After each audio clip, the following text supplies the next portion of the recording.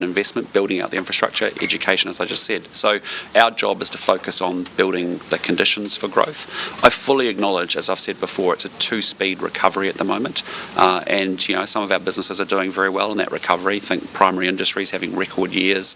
Go down to Christchurch, the South Island, Hawke's Bay, where we're seeing huge growth and people benefiting from the benefits of growth. Farmer confidence at an all-time high. But equally, as I've been saying, if you're based here in Auckland and Wellington, it's been a much more challenging time. We need to get the recovery coming through. It will come through, but it's just a frustration for everybody that it's not coming as fast as it needs to. Some of these business leaders are saying you're a poor listener and you don't take constructive feedback well.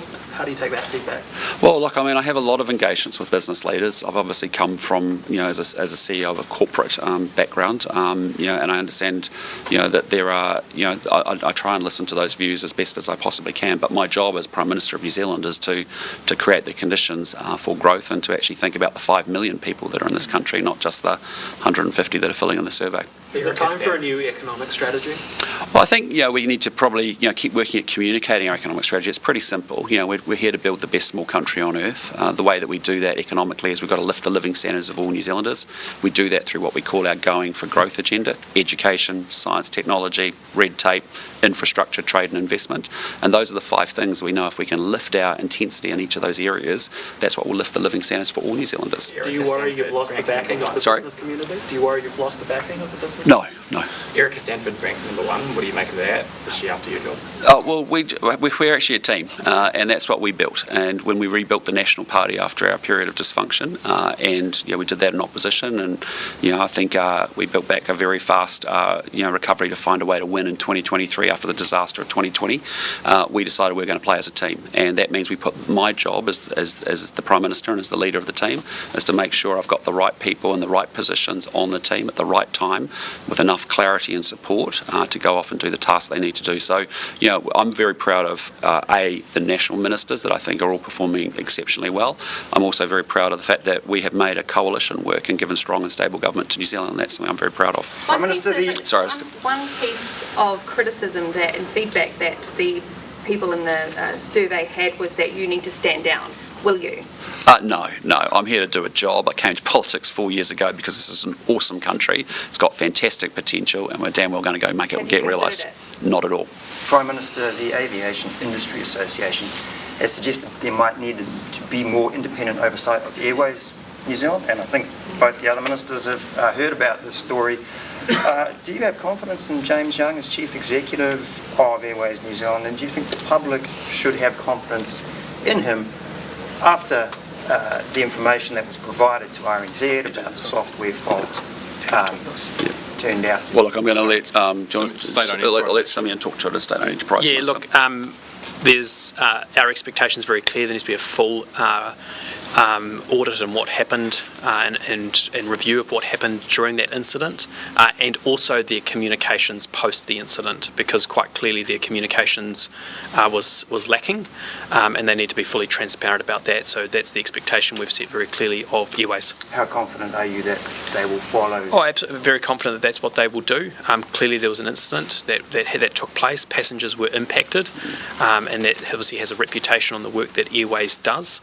Our expectation as my expectation as shareholding minister is that they go through a full review process, learn from that, and fix from their mistakes, but also their communication approach post the incident and during the incidents was clearly lacking, and they need to fix that. How confident are you? How confident can New Zealanders be that long term I think our air traffic control infrastructure is up to scratch? Look, I think very confident. I think Airways by and large does a great job.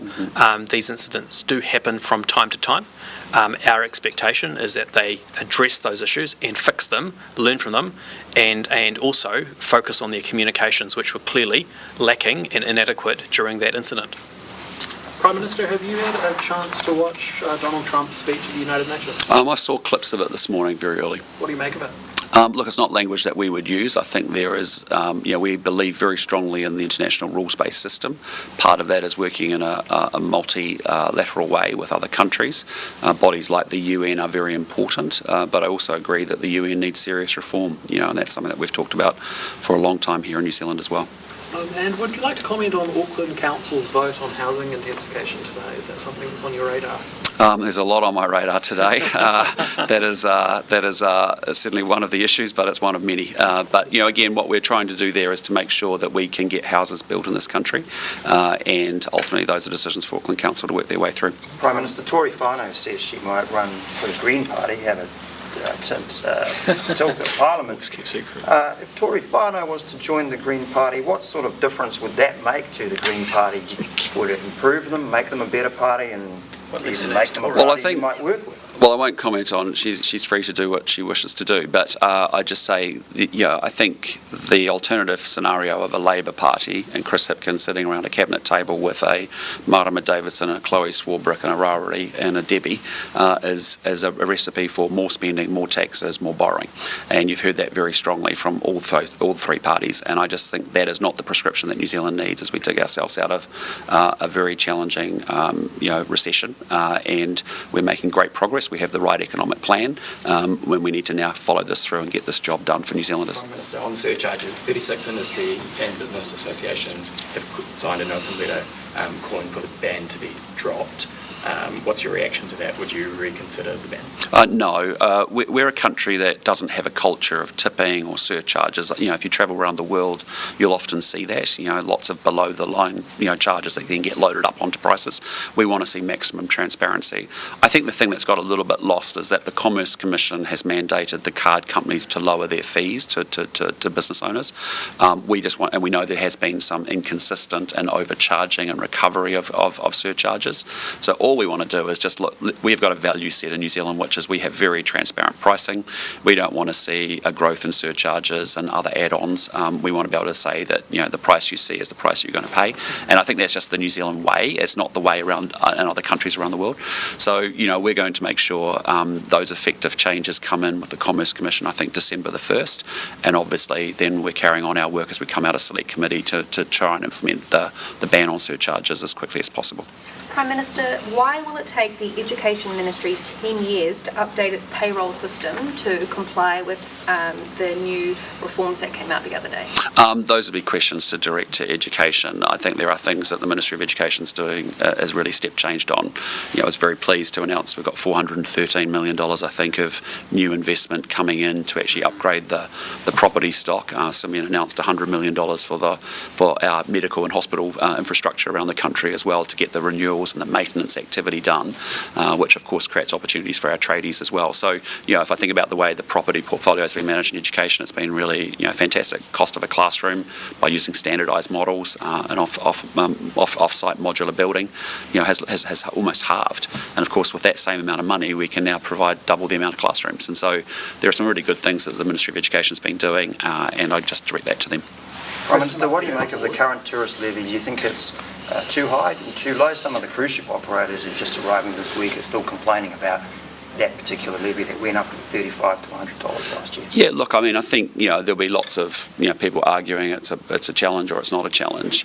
You've got to remember there's a world out there of 8 billion people, and when you see probably 40 million Americans have New Zealand on their bucket list of places they want to visit, and maybe in a good year we get up to 300,000 of them actually coming. That is not the reason for why they do not come to New Zealand. They come here because it's a fantastic tourism product and a fantastic tourism experience. It's been fantastic to see cruise industry kick up and start up again this week. That's been due to some very good work from Minister Upston and also working with the cruise industry partners and leaders as well, working through practical things like biofouling and other things that they've had to work their way through. So look, tourism is recovering. It's been good to see that. There's some markets we want to see more effort in. A big part of that again is the government investment in major events so that we can get more tourists here, spending more of their money in bars, hospitals and other attractions. Wouldn't a bed tax help to get more events in Auckland? Some people suggest it would. Well, again, when we're spending $70 million, we've got probably half the population in Greater Auckland. We expect that a lot of those events are going to come to this country, to the city anyway. We've also loosened some of the criteria around local government jointly co-funding with central government on attracting those events. We've seriously stepped step changed our approach to it and reset it after 15 years to say we're putting more money on the table so it's competitive with Queensland and similar population states, and we're also making sure we loosen up the criteria so that we can expand it out to concerts, and we've got more flexibility around local government funding as well.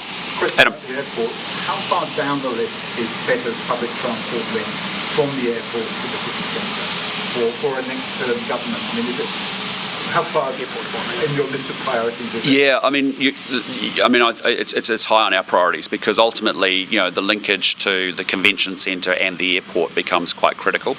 And actually that corridor, if you just think about things like the Waterview Tunnel and what that has meant before we had that, if you think about what's happening with the Eastern Busway from Botany into obviously joining up with the city, but ultimately the airport to Botany link becomes very important as well. So, that's why I say I feel really, I lived in Sydney in the mid-90s and I watched that city, densify. I watched that city become more dynamic by virtue of investments in infrastructure. And by the time you've got a world-class airport, which is emerging here, that we should feel very proud about, creating the right first impression for visitors to New Zealand, but also practically with those transport links being stronger.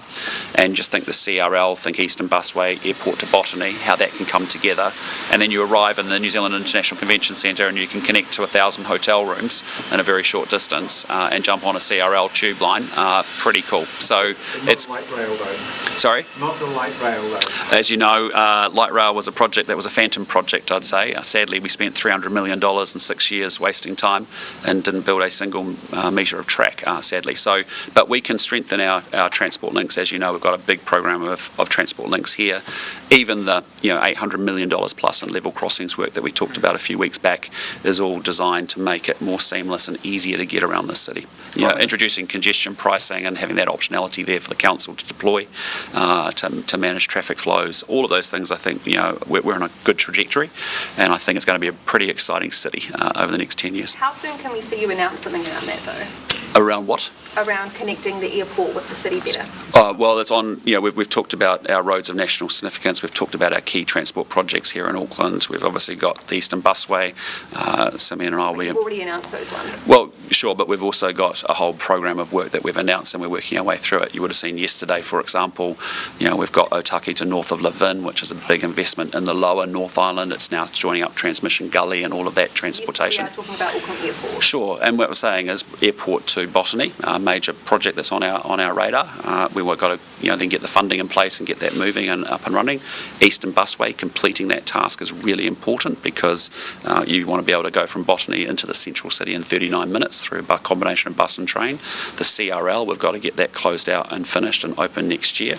So the pieces are all there, and with infrastructure, as you know, with the airport, that we're having to think decades ahead and get that demand forecasting and planning right.